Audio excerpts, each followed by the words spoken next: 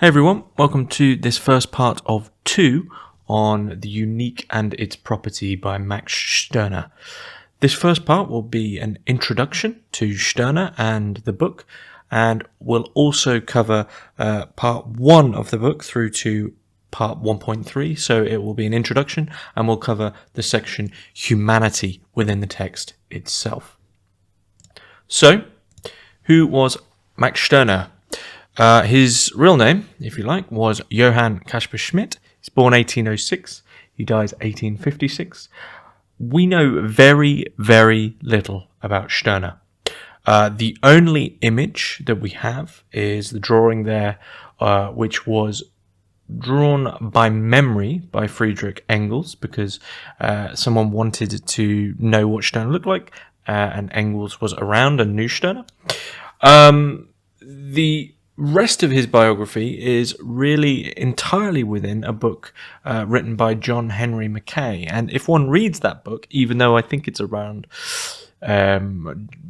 over 100 pages or so, only about half of it is really related to Stirner himself. So we know very little, but when he turned 20, he attended the University of Berlin, where he studied philology. He attended the lectures of Hegel, who was to become a source of inspiration for his writing, and this Hegelian idea I'll get through to. He attended Hegel's lectures of history of philosophy, philosophy of religion, and the subjective spirit. He then moves to the University of Erlangen, which he attended at the same time as Feuerbach. In Berlin in 1841, he participates in discussions with a group of philosophers called Die Freien, the Free Ones, who have since been categorized as young Hegelians. And in a strictly philosophical sense, even though, of course, The Unique and Its Property is a book of philosophy, though I will get to why that, in a sense, is a difficult thing to talk about. If one is to very strictly categorize it within the history of philosophy, it is a text that is taking up discussions happening around the young Hegelians, and can be seen within as a, I don't want to say a reaction, but a discussion within that frame, if one is to take it in a very strictly philosophical sense, which is really not something I want to do. I think it's emphatically a lived philosophy, which, if it was written at any other time, would simply take up the geists, the spirits of the day, which I will get to. And so some of the big names of the day were part of the Free Ones, Marx, Engels, Bauer, and Arnold Ruger. But outside of this, we know very, very little about Max Stirner. So the main reason he is known is for the book that I'm talking about today, the Einssein und sein Eigentum, apologies for my pronunciations, The Ego and Its Own in the first English translation, and then The Unique and Its Property. So it's originally published in 1844, and 44 through to 1847 are really like 3 years where Stirner is a figure. He's a known figure. This book causes a very short storm within a relatively small group of people, and then goes on to have influences which are pretty much ignored, honestly, for the most part, as time goes on. Soon I will be releasing a discussion with Wayne Bradshaw on just this very topic, and also other discussions on Stirner and The Unique and Its Property. But what interested me here, as I looked online for, how the text is defined in this rather strict, almost reactionary sense. This is from the Wikipedia. The Ego on Its Own presents a post-Hegelian critique of Christianity and traditional morality on one hand, and on the other humanism, utilitarianism, liberalism, and much of the then burgeoning socialist movement, advocating instead an amoral, although importantly not inherently immoral or antisocial, egoism. It is considered a major influence on the development of anarchism, existentialism, nihilism, and postmodernism. Now, I agree in a strict definitional sense, like if you want to go, what is Stirner doing in all these different bits in his references to Christianity and humanism and liberalism? He is doing those things there in a very strict academic scholarly sense. He absolutely is. But as I said, if this book was to be perhaps, if what someone wanted to rewrite it, or if it was to be written in a different time, I would actually argue that the critique of Christianity doesn't matter so much, in the same sense that many people would comment that if Nietzsche was alive today, he would be critiquing our primary God, which is no longer Christianity. Some people argue it would be democracy. He would be critiquing that thing which is the Geist, the spirit of the day, for the simple fact of trying to, for one reason, to try, destroy and deconstruct that herd mentality. And so I think the exact same applies to Stirner in this instance, that yes, this is the text we have, but egoism spills far greater than everything, basically, as a philosophy. And so this strictly is what this text is doing, but if it was written in a different time, a different place, it would be critiquing whatever the zeitgeist, the spirit of the times, happened to be as its primary method of critique to get through to people. But as a text of egoism, I think to limit it to these things is to try and quickly abide by a historical context which Stirner himself, or a progressive historical context which Stirner himself would emphatically critique and say does not exist.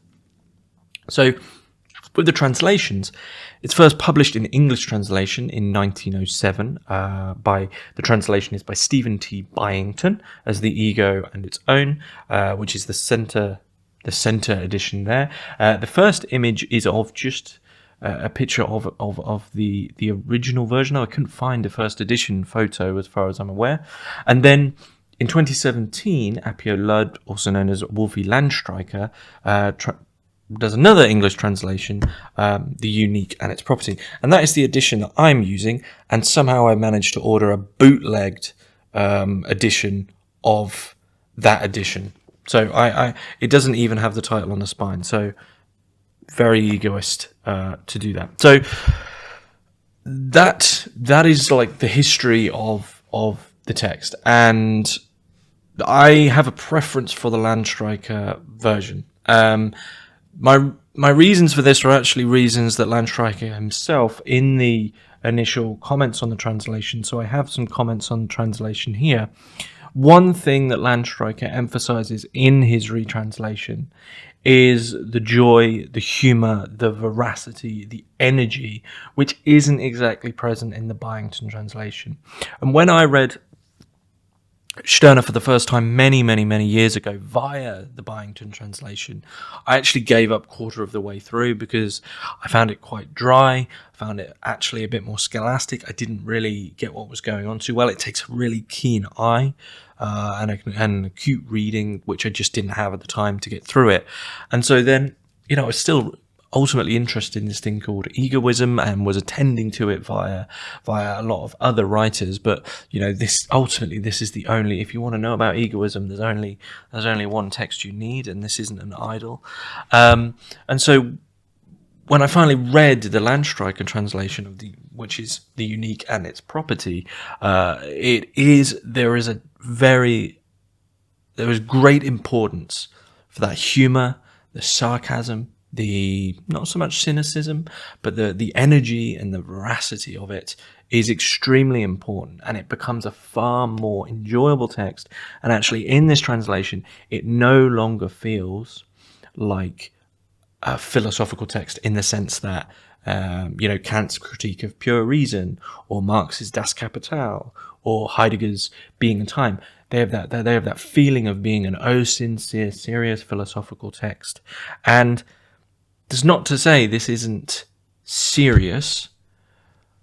Stirner believes in egoism to the extent that he absolutely lives it. And so this is a lived philosophy, and I've seen it described elsewhere as basically one of the greatest self-help books there is. And I would emphatically agree with that. I think what this isn't something that you study in the sense of you deconstruct being and time, or the notion of Dasein, or whatever it might be, and then go sit in some academic conference and discuss that. This is a book that you read, and there's always a remaining 10% that you have to go take out into the world. And Stirner is constantly emphasizing that. This is a lived philosophy. Egoism is not a scholarly philosophy in that sense, and to constrain it to academic discussions or conference rooms or whatever it might be would ultimately transform it into something that it is not, as far as I'm concerned. But on the translation, Landstreicher says in his introduction, translation is always unavoidably interpretation. So there's always that element of, for instance, if we take Geist, which is the last word I've used there, and many people who've watched and listened to my talks with Paul Bishop on Ludwig Klagers will know that there is a difficulty around this word Geist. So Geist can mean spirit, it can mean mind, it can mean intellect. So when Landstreicher is on about unavoidably, there is interpretation. Well, that's when, if you see the word Geist in the text, well, what's the context? Okay, and so Landstreicher has changed it to spirit, to mind, to intellect, bearing on the context. But we also have other words here which I will just completely mispronounce. So we have Einzig, the unique, which Landstreicher says is simply to give a name to that which is beyond description, the unique. Translated by Byington as ego, though Landstreicher emphasizes that Stirner never uses that. And then we have Eigentum, which is property. Landstreicher says Stirner mostly used it in the broadest sense to mean all the traits, experiences, actions, things, etc.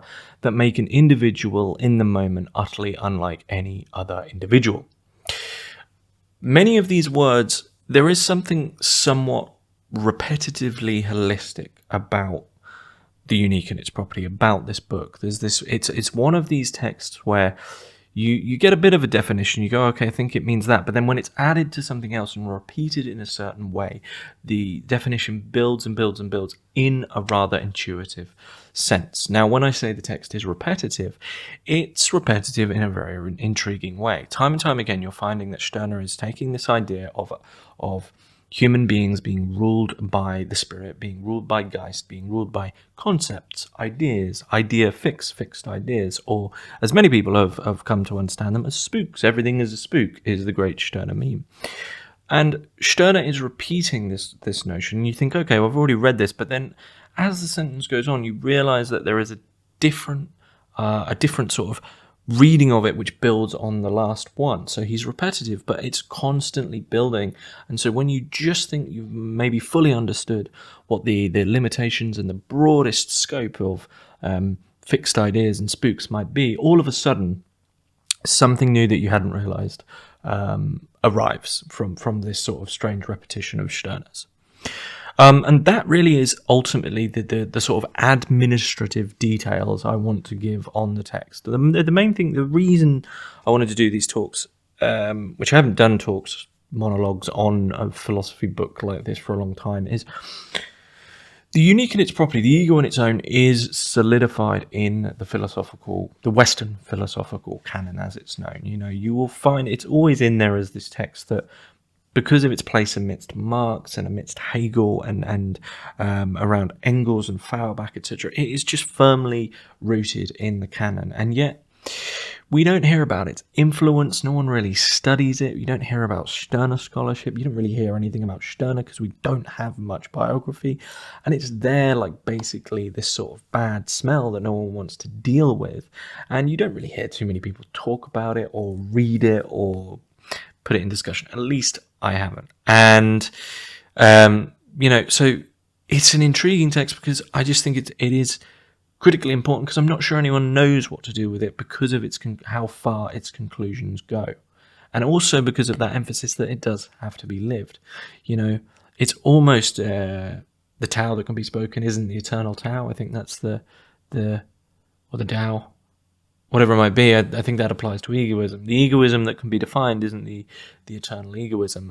If we could say the Einzig that can be defined, the unique that can be defined, isn't the eternal unique. It's this thing that's beyond definition. And that intuitive 10% comes from the lived experience of going as far as one can in the destruction of one's hauntings and possessions, as Stirner will say, which I'll get to. So that's why I'm doing it. That's all the admin. So let's move through to the beginning of the book. So the beginning of the book, this is a sort of a famous statement by Stirner now. I have based my affair on nothing. Now this is actually a translation of Vanitas, Vanitatum Vanitas by Goethe. So I've based my affair on nothing. And this is just how the book opens, basically, that Stirner is saying, every cause, God, the state, society, the truth, the good, the right, the correct, all these big causes, okay? For Stirner, that requires that one doesn't care about their cause. My cause, my own cause for being, is never supposed to be of my interest. My own interests are never meant to be my own interests. I'm not meant to be interested in my own interests. I'm always meant to be doing something for God, or I'm meant to be doing something for the state, or I'm doing something because it's true, or because it's good, okay? And so Stirner then says, well, in that case, God's cause is egoistic. It is his cause, right? God's the Old and New Testaments and the prophecies that come through to us today. These are, and all the morals and laws and dogmas, etc., that have been fed through history to us. This is all God's cause. This is all done for his egoistic aims, says Stirner. Okay, and every cause is very much the same. The state's cause is egoistic because it's the cause that the state wants to undertake, and we end up as potential individuals just servants of the state undertaking its own interests. And so we find that the majority of the things that we undertake within life aren't our own interests. They aren't our causes for existence. They are done on behalf and for the cause of another. Okay? Humanity wants to promote humanity. The state wants to promote the state. God wants to promote his own religion. Okay? And after, what happens after we have fought for or put our time and energy into these causes, the individual and all these individuals that are within the state, within churches, within fighting for the good and the true, etc., what happens to them after this cause has been won or has been successful or whatever it might be? They are discarded once they have promoted the cause of another. Their individuality, their cause as an individual I, has never been really looked after. They've never cared about it. They've never been told they could care about it. So there's a great irony for Stirner that all these individuals never actually care about their own cause, about their own interests. Okay, and so on this is page. So all these numbers, which is a reference to the page of the Landstreicher edition. Okay, with the manure of these corpses, the nation becomes a blossoming nation, and so all these individuals end up as, quite sarcastically from Stirner, as corpses, as dead individuals who never looked after their self-interest and have just bolstered this concept, this Geist, this spirit. And I'll use the word spirit as what is commonly known as spooks, what a lot of people have known as spooks. I'll use spirit, it's my preference. The spirit of the state has said, right, come fight these wars, come do whatever it might be for the spirit of the state. All these individuals have become haunted and possessed by the spirit of the state inside themselves, and they have now died, and they've never cared about their self-interest. God and humanity have based their affair on nothing but themselves. I likewise base my affair on myself. This is who, just like God, am the nothing of all others. This is I who am my all. This is I who am the unique. Now, there's something I want to sort of look at before going forward, which is a very quick critique one might have as, hang on, isn't egoism at this point the philosophy par excellence of selfishness? I don't care about the state, I don't care about God, I don't care about any Geist or spirit that is this sort of fixed idea, this concept. Family, humanity, community, all these ideas that have become fixed in their definitions and can possess us into not looking at our self-interest. One might say, hang on, this sounds like the most insane, solipsistic form of selfishness imaginable by a philosophical defense. But I think literally all I've just said so far you could just turn that right on its head and say, actually, the state, which has built itself up out of from nothing, as the state, as the Geist that is the state, or God, or the church, or humanity, or the good. All of these things are these free floating signifier spirits that equally are just as selfish. Everything is about them. Everything is about their egoistic aim. And all the individuals are completely lost within that and never really told to look out for their self-interest, to think for themselves. This is all barred to them in very intriguing ways. So, part 1, humanity. For the human being is the supreme being, Fauback says. The human being has just now been discovered, Bruno Bauer says. Well then, let's take a closer look at this supreme being and this new discovery, page 29. So, Stirner begins with a tripartite structure, a triple structure of childhood, youth, and adulthood, which will feed later into the ancients and the moderns and the problems he sees with history. But this structure of, you could say, maturation or actualization is the key term, which later on Stirner, right at the end of these talks, and I'll repeat it now and then I can tail back and see, loop it round. Stirner says, we had the Apollonian statement, know thyself. And Stirner changes this to say it should be actualize thyself. So in this knowledge, you get caught up in the spirits and the possessions of concepts. But with actualize yourself, you're going through this period of maturation that begins with the knowledge that you already are all yourself, that you are unique. But childhood, youth, and adulthood is this structure of maturation that Stirner sees. So what's happening in this process of maturation? Because one of the first things Stirner says, one of the first things we try to do as human beings is actually, ironically and quite humorously, we're not comfortable with just being an individual, with an embodied individual in a place that says, you know what, I am an individual and I'm unique. The first thing we try to do to understand ourselves is actually to extract ourselves away from ourselves and figure it out elsewhere, a sort of terror of the body, a terror of the individual. And so we might go, okay, I need to understand myself, so I will do that from the concept of the state or this internal knowledge or whatever concept it might be. And in extracting ourselves away from being an I, being a unique being, something arguably is allowed in to possess us.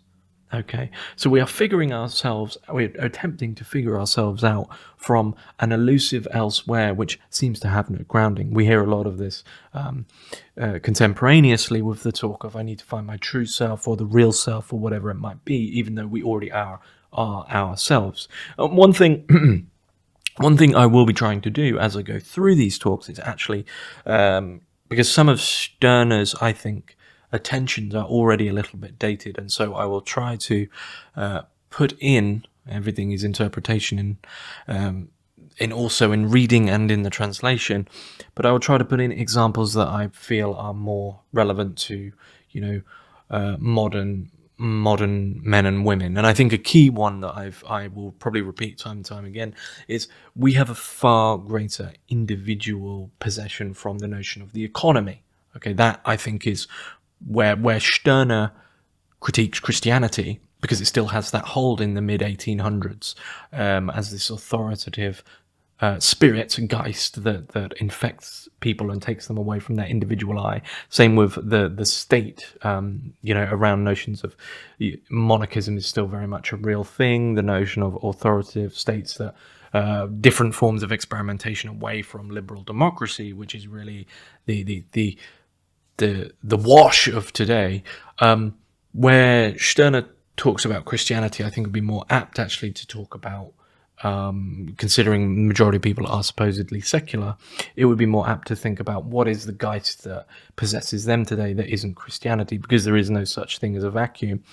It would be, I think, the economy. Everyone talks about, the economy and careers and GDP, increasing GDP. This is the thing that infects and moves people away and extracts them from themselves towards making decisions on behalf of the interest of a spirit. And so what begins in childhood as we try to place ourselves is a battle for self-assertion. We are thrown into a battle of either becoming a lord or a subject. There is an immediate push and pull, an above, a below, a dualism, a friction, reaction, action, reaction. There is this kind of thing.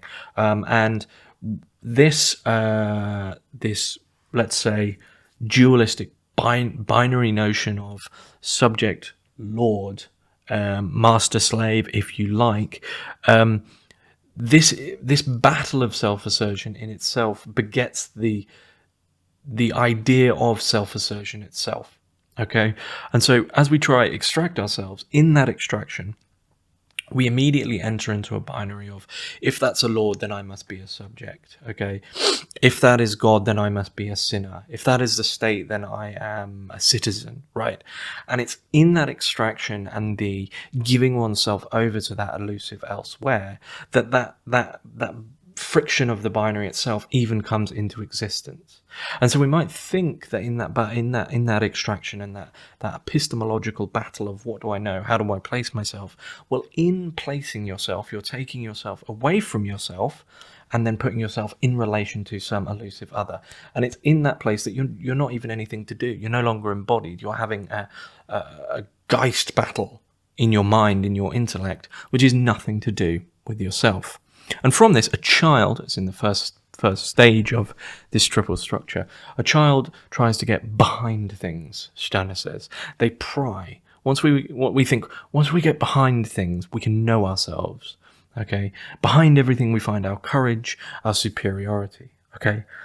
And this is why Stirner says a beautiful childhood is one without reason, without mind, without need for the child to have to be cunning as to live. But eventually mind comes in and is needed. So for Stirner, childhood, a beautiful childhood, which I don't think anyone really has in the modern world anymore because of schooling. A beautiful childhood is where the child is just embodied. They're just in the world and they're just exploring, and they understand themselves as ultimately an individual within the world that doesn't need to try have this ridiculous sort of need to get behind things and pry and try and work themselves out. They are just an embodied being within the world. But of course, as I say, I don't think that sort of childhood exists at all, because what's the first thing schooling does is instills fixed ideas. The schooling itself, you have to attend schooling. Schooling and the notion that has to be done is itself a fixed idea, which is bolstered on the state, right? The state and schooling are really much the same thing. And from schooling, there is understanding that this direction that you're taking is on behalf of the good, is on behalf of you get a good job and you make a lot of money. And so immediately the child does have to be cunning, because they are thrown into, school forcibly extracts the embodied child and forces them into that discussion of how do I relate in this binary. It forces them into that friction, into that battle of spirits, wherein one has to be cunning in that situation. One has to try figure it out. But the key thing to remember is that battle of the spirits, that battle from elsewhere, is one that is itself a fixed idea. That the idea of having to work oneself out is because one has been extracted from themselves as Einzig, as unique. Okay? And so when eventually mind has to come in that sense, when we're at school, all of a sudden we're thrown into that elusive battle of concepts and we have to figure ourselves out. Mind enters the picture. Okay? Our fresh feeling of youth, this feeling of self, is no longer impressed by anything. The world is explained to its discredit because we are above it. We are mind. And so, importantly, we're no longer embodied. We're no longer in the world. Everything, subject, object, master, slave, state, citizen, God, sinner, whatever it might be, everything is out there, and we have to become mindful of it. And in that, we extract ourselves. We are elusively somewhere else, and we are having this strange Geist friction against this thing while we're actually away from ourselves. And from that, there is, I think, for Stirner, a deep importance on being embodied and understanding that there doesn't have to be this ridiculous process of, okay, when I get to this point and when I finally understand this thing, I will then suddenly be the real self. I will suddenly be me. I will suddenly be able to understand myself. Okay, and this form of language is especially thrown around in the modern world because the modern world itself highly alienating, everyone feels very disenfranchised, etc., etc. All these kind of words, right? I'd be repeating very banal platitudes if I was to repeat that stuff. But from that, okay, from the very banal grey quagmire of the modern world, we actually, like, in a process of friction, there must be something more, is often what we hear. And on the other side, from that grey quagmire in the modern world, I think we hear about, I need to find my real self, I'm going to find myself. We hear about this when people, in the physical sense of going traveling, but also, I read this book to help me. This really helped me find myself. And Stirner all the while is saying, this process of supposed, concept-based maturation is ridiculous, because you don't need it. You already are the unique. You already are your I. Like, there is no your I. You are. Okay, so this notion of when I get to a certain point, then I will be myself. Then I will be the real self. You already are that, and from that, that's the creative nothing that begins to blossom. So, and then Stirner goes on from this, though. The point is, okay, you have to, at a certain point in childhood, you have to bring in mind, right?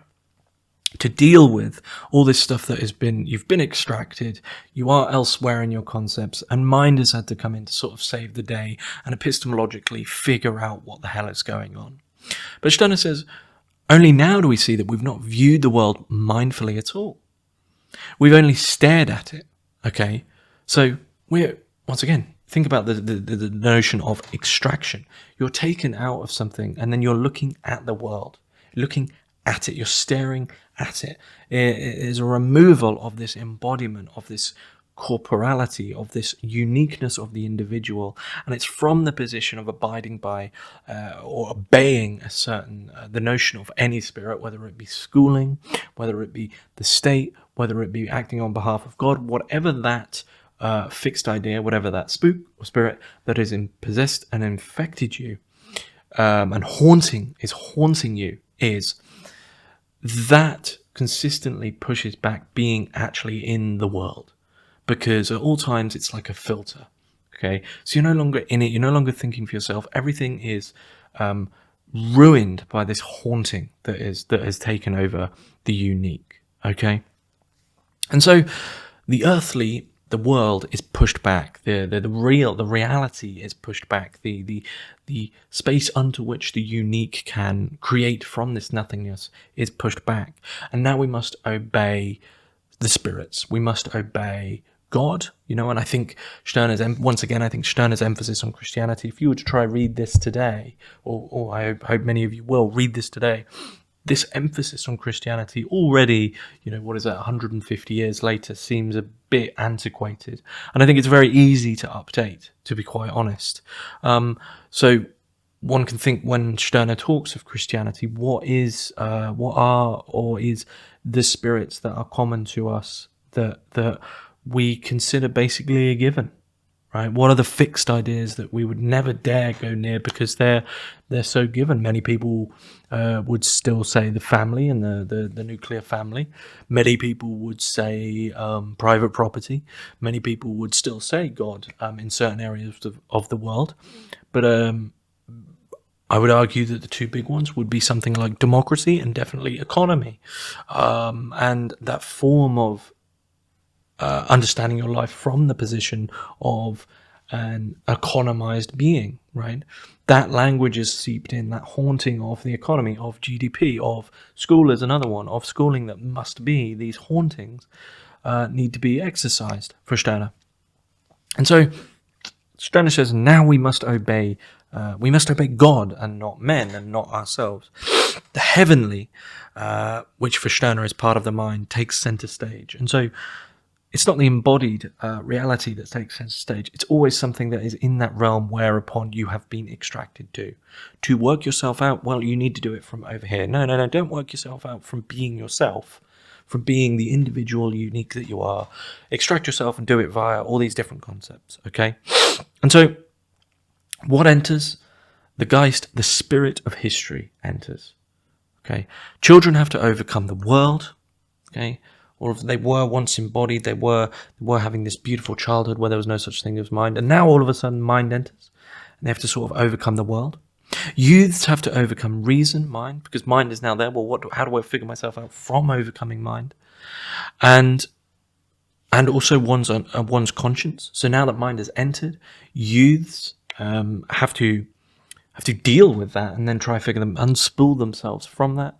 Okay, and then the man takes the world as it is. He does not seek to mold it to his ideal. Man deals with the world in his interest and not his ideal. So that process of maturation, or that process of actualization that we find ourselves in, is a beautiful childhood would actually almost loop round. A beautiful childhood would be one of complete embodiment, but we don't have that. So the child has to overcome the world, find its place in it, but mind eventually enters, and then the youth, you're trying to figure things out in an intellectual Geist sense, but that is, once again, that you've extracted yourself from yourself, and so from that, you then have to take the world as it is, in that position of maturation as a man or as a woman, and not as an ideal.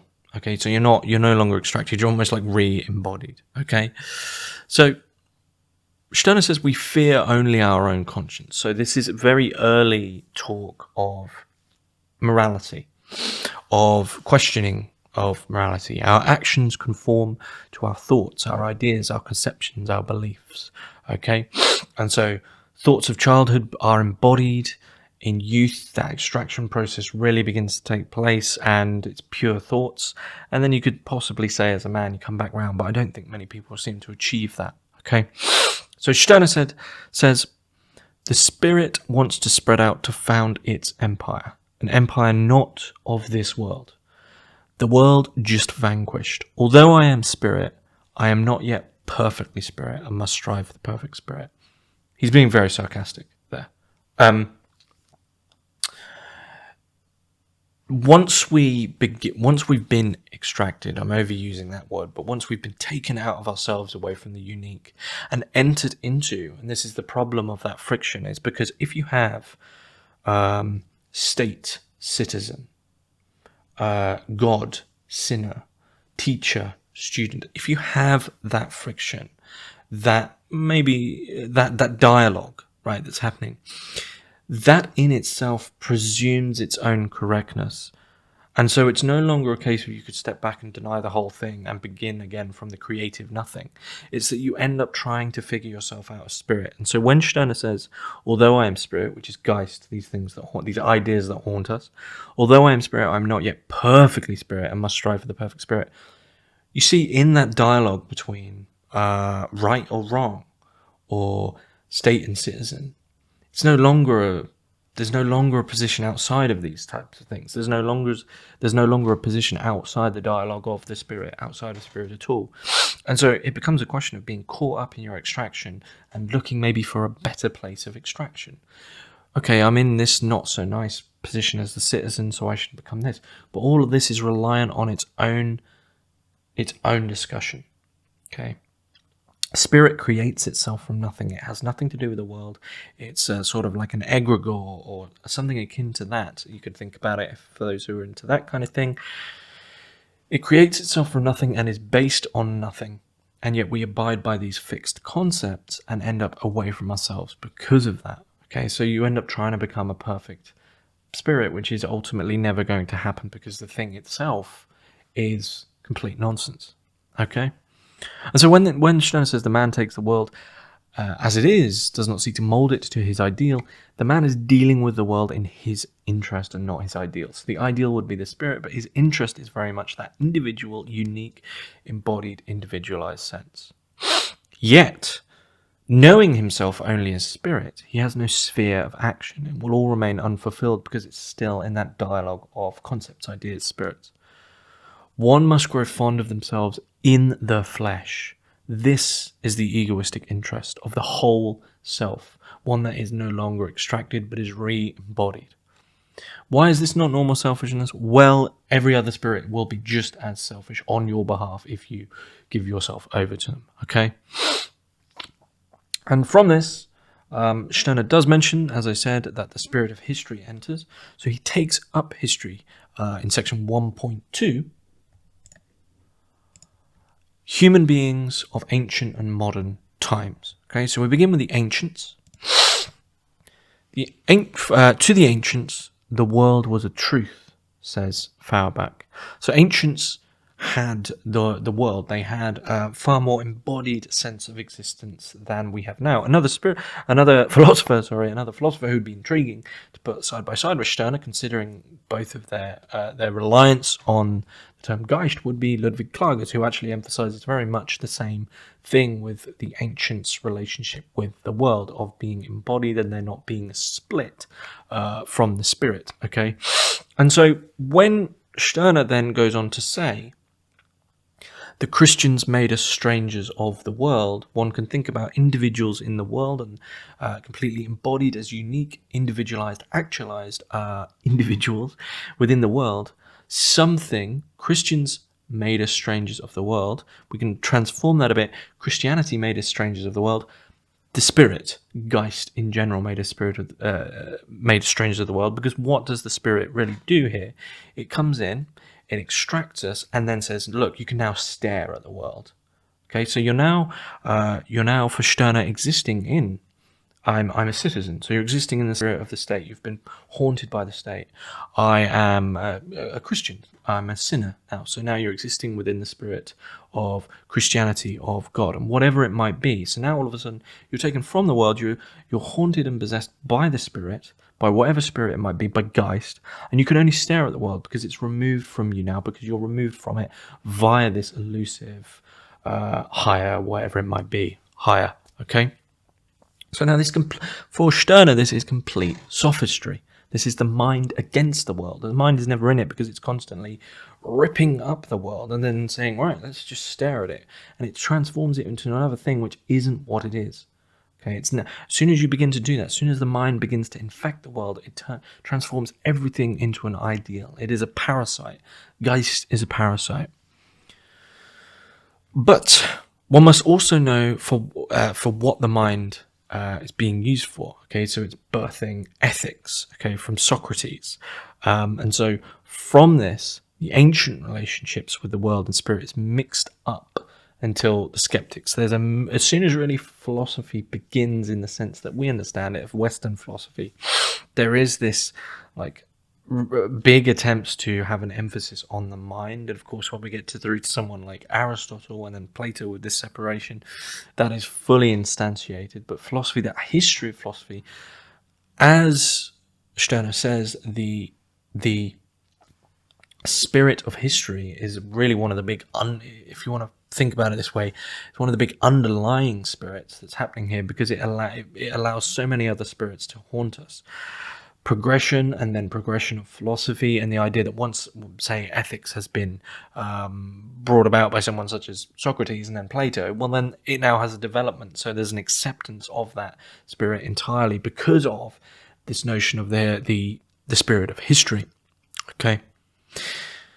Everyday experience confirms that one's reason may have long since renounced a thing, while the heart goes on beating for many years. This is a very intriguing comment coming in at 39, just around the notion of the ancients, because Stirner there is interestingly sort of taking mind at its own word, okay?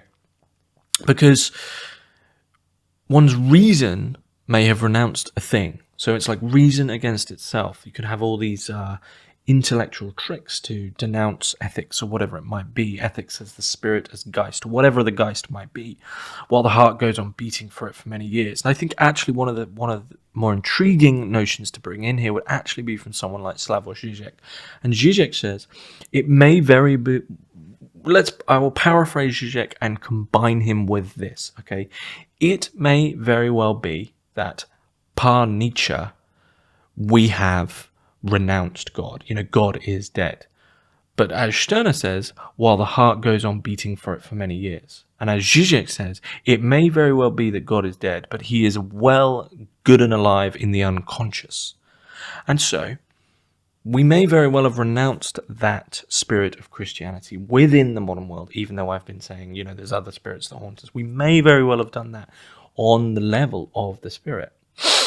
But we still have allowed it to infect our unique, our body, our flesh, how we live. There is, the ethics and guidelines and dogmas and laws, and especially the practical ethics that most of the modern Western world still abides by, are emphatically Christian. Okay, and so you can use reason against itself, but the haunting is still there. Okay, and this is a heart struggling for extraction from the worldly via reason. It's like extraction all the way down. Man keeps thinking that if he extracts himself to some other elusive place of ideal, then he will find himself. Man must become disconnected to find his connection to himself. Okay. However, if we go back to the ancients didn't have this spirit yet. They sharpened sense or reason against sense, as I've said. Spirit, which makes nothing of all things. Okay, you will always end up with a spirit of the world if you enter into these games. Okay, and we see this equally with Descartes, right? Descartes, I think, therefore I am. Well, why can't you just be? I think, therefore I am is sort of, the only thing of my existence is my thoughts, which are these ideals, are these concepts, okay? Man's food becomes thought alone from this point onwards, right? But life, Stirner says, turned away from things, spiritual life no longer draws any nourishment from nature, but rather lives only on thoughts. And so is no longer life, but thinking. It's once again this notion of staring at the world. Once you are haunted, once you are possessed, once the Geist has gotten its claws into you, got into you, and has supposedly become you, and you are extracted to this ideal world, you are no longer actually living, you are just thinking. Everything is transformed by one's abeyance and giving over to Geist.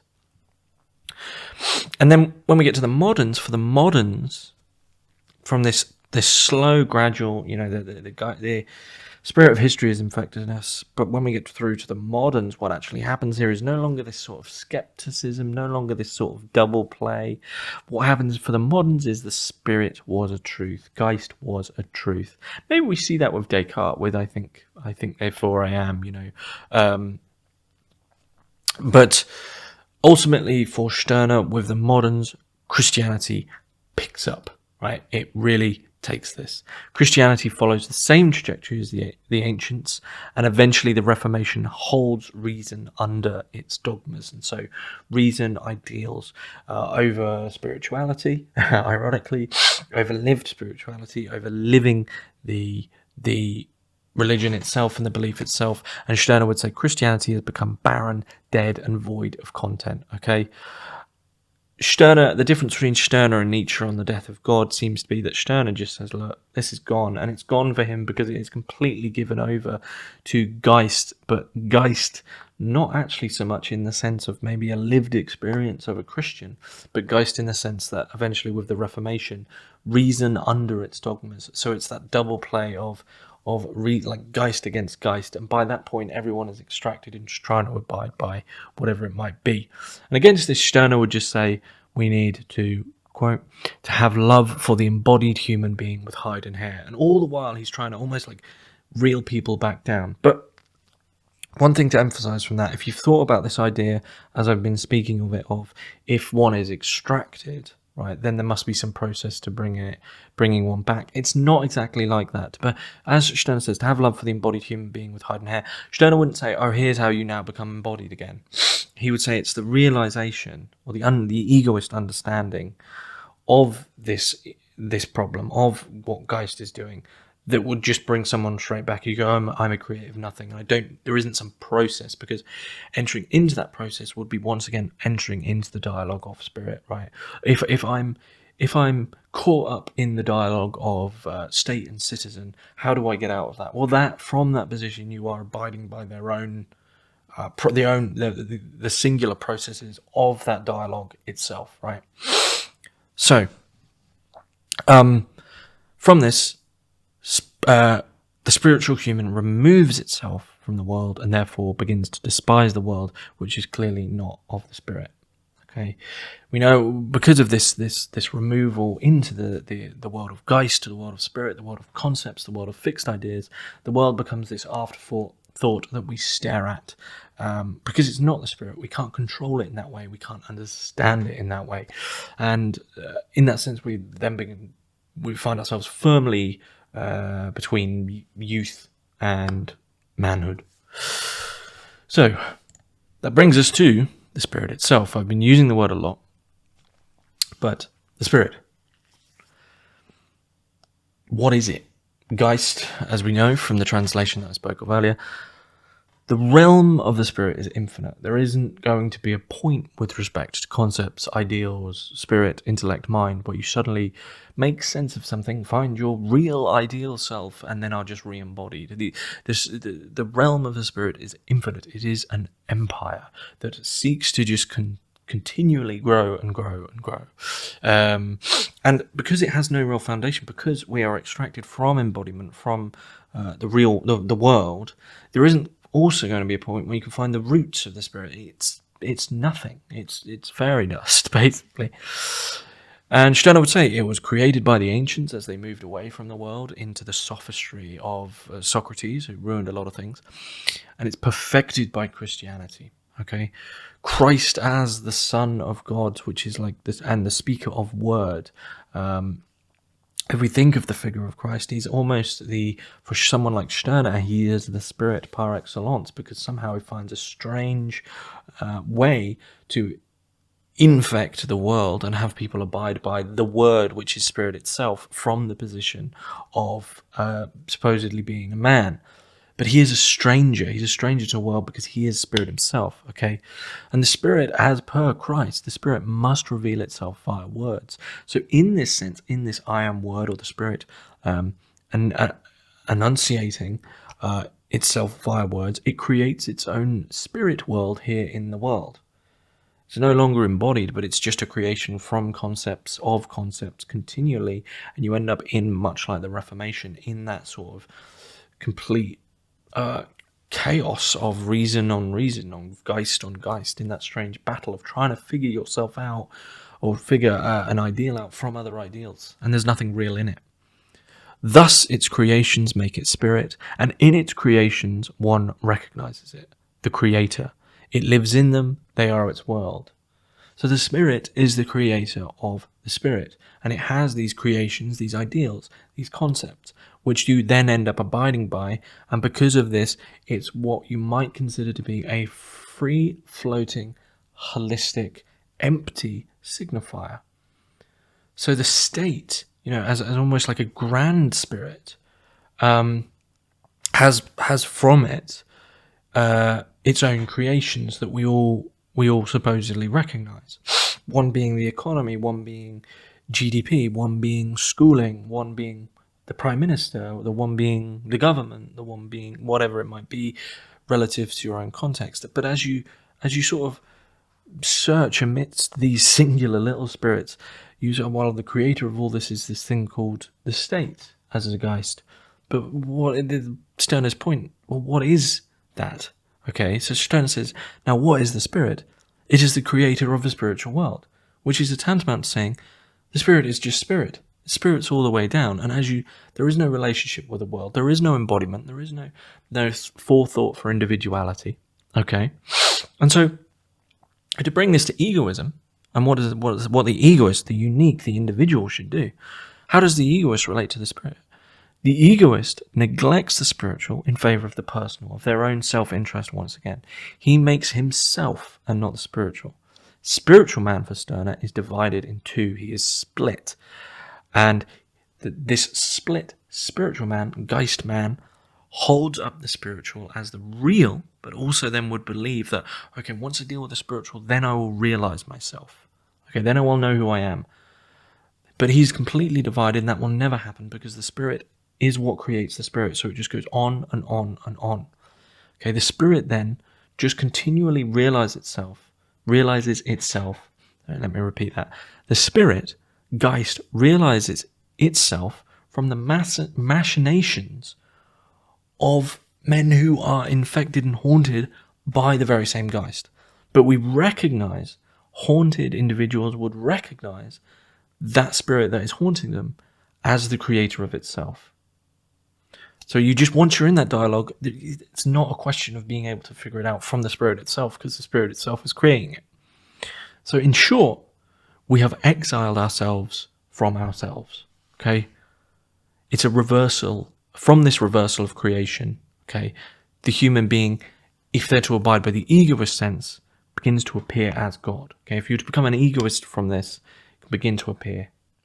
So, off from this section on the spirit is two other sections, the possessed and the phantasm, which I haven't named here. And from the possessed, we have this quote: "One who no longer believes in ghosts only needs to follow through consistently in his unbelief to see that there is no separate essence at all behind things. No ghost, or what is naively considered synonymous in our use of words, no spirit." Okay, so the possessed, you can think of the spirit as ghosts, as hauntings, as things which are exiling ourselves from ourselves, and then we begin to believe are more real. Okay. And so when Stirner says, one who no longer believes in ghosts just needs to continue that thought, this realization that the spirits are just ghosts and one is possessed, then you will begin this process of getting back to that creative nothing. Okay. Stirner would then say, we are not, once this realization has been founded of the reality or the non-reality of spirits as ghosts, and you think this through, we are not creation, but in all moments we are creators, because we are upholding these ideals, these spirits, these concepts. We are our own creator, and every higher essence is in essence over, okay? Sacred things exist only for the egoist who doesn't recognize himself. So this notion of the sacred, I mean, all spirits in a way are sacred and sacredness for Stirner, because they're held up, right? The economy, the state. I mean, these are spirits and ghosts and hauntings, which ultimately are creators of themselves, which we believe to be emphatically real in that way. But they are simply further possessions which we consider to be sacred. There is also here the notion of the phantasm, okay?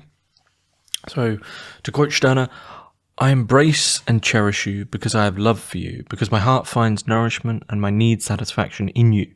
It is not for the sake of the higher essence whose sanctified body you are, thus not because I see a ghost, i.e. an appearing spirit, in you, but out of egoistic pleasure, you yourself with your essence are of value to me, because your essence is not a higher one, not higher and more general than you. It is unique like you yourself, because it is you." And so, this is a sort of a statement to an individual, someone who is unique, that isn't, that then neither person, this love, is not from a place of extraction. There is no one here has been exiled, okay? The essence of the world, so attractive and marvelous, is for the one who sees through it. Vanity is world essence, okay? So that exile, that staring, that's vanity, because it's a form of conformity towards an ideal, and once again entering into that dialogue of the spirit, which just isn't. Whereas the love that Stirner talks about there in this section, the phantasm, that's a different thing, because it's not from that position. There isn't this ideals projected outwards. It is two unique people, two unique individual egoists, because it is you, as Stirner says. So, moving through to just the last little bit of this talk, bats in the belfry. Stirner says, "Man, your head is haunted. You have bats in your belfry. You're imagining big things and painting for yourself a whole world of gods that is there for you, a haunted realm to which you are called, an ideal that beckons to you. You have a fixed idea." So fixed idea, an idea that has subjected people to itself. God, the state, schooling, government, family, whatever it might be, these fixed ideas that have become sacred. Okay, Stirner speaks of people writing volumes and volumes on morality and ethics without ever questioning morality and ethics themselves. Volumes and volumes written on the state and whatever it might be without ever questioning the fixed idea itself. And this is faith in a fixed idea. Okay, so when we speak about, whether or not it's still alive in our heart, there very much is a faith. We're not secular in that sense because we have faith on fixed ideas, which are spirit. Okay, so it becomes a religion, and Stirner begins to be very jokey around this idea of spiritual freedom. But only the spirit is free. Only the idea is free. The spirit is free, but not the individual who has supposedly found spiritual freedom. That's like saying I found freedom, but it's completely nothing to do with the world that I'm actually in and embodied as flesh. So not I live, as Stirner says, but the law lives in me. So the fixed ideas, we have become haunted by fixed ideas, and nothing lives but the ghost. Okay? You're supposed to benefit yourself, and yet you are not to seek your benefit. And so we are haunted by the state, by schooling, by the government, by morality, by ethics, by the good, by truth, by whatever it might be. But all of these only benefit themselves, and we are never to benefit ourselves. Okay? It is a fear for Stirner, a fear of truly being ourselves, a fear of being embodied, a fear of whatever it might be. There is a fear of accepting that we are the creator and the creative nothing, that we are egoists. And there is a final little section called the hierarchy, and the notion of how hierarchies bolster the sort of spirit realm in that way. Moral influence takes its start where humiliation begins. Indeed, it is nothing more than this humiliation itself, the breaking and bending of courage down into humility. Okay, nothing lives but the ghost, and when you devour the sacred, you have made it your own. Digest the sacramental wafer, you are rid of it. Okay, and so the notion of hierarchy isn't just the notion of above and below, master slave, along those lines. You can also think of this as the hierarchy of, if there is such a thing, if there is such a spirit as morality, right? Oh, that's moral. There is the immediate implication of immoral. Okay, if there is such a thing as a law-abiding citizen, there is such a thing as a criminal. So from the instantiation of a singular spirit, there is never a singular spirit because it always will beget that other side. So from that, you say you have the state, so now you're all citizens because there is such a thing as the state. There is now such a thing as school and teachers, so now you are all pupils. When this form of hierarchy, and from this form of hierarchy, this is also one of the key areas where the spirit begins to build its empire, because you can now begin to improve or reform, or once again, all atop that geist, that spirit of history, you can begin to improve and reform fixed ideas. Okay? Stirner would say, priests are those of the cloth of a spirit. Politicians are the priests of politics. Okay, we can think of teachers as the priests of schooling, etc., etc. Okay, so everything in that sense is spiritual. It is all haunted and possessed by the spirits, which impose a hierarchy of right and wrong. And Stirner would say, well, you're writing volumes and volumes and volumes on what it is to be a criminal, or what it is to whatever about the fixed idea, but you've never truly questioned the fixed idea itself. So when you devour the sacred, you have made it your own. Digest the sacramental wafer and you are rid of it. So there is the embodiment, the real presence of the sacramental wafer. And in this process of devouring the sacred here represents the fixed ideas. And so you're devouring the whole dialogue. You're devouring the whole friction of the spirit. You're devouring the spiritual entirely, to go, you know what, creative nothing, I am the creator of these things. And from that, you are rid of it. All right, that is the basics of what Stirner means by the spirit, and how we're haunted, and how we're possessed, and how he gets to that point. And so the next part is about ownness, one's own power, self-enjoyment, and freedom, and how move from this into more emphatic conversations of egoism. So I hope to see you all in part 2. Thanks for listening.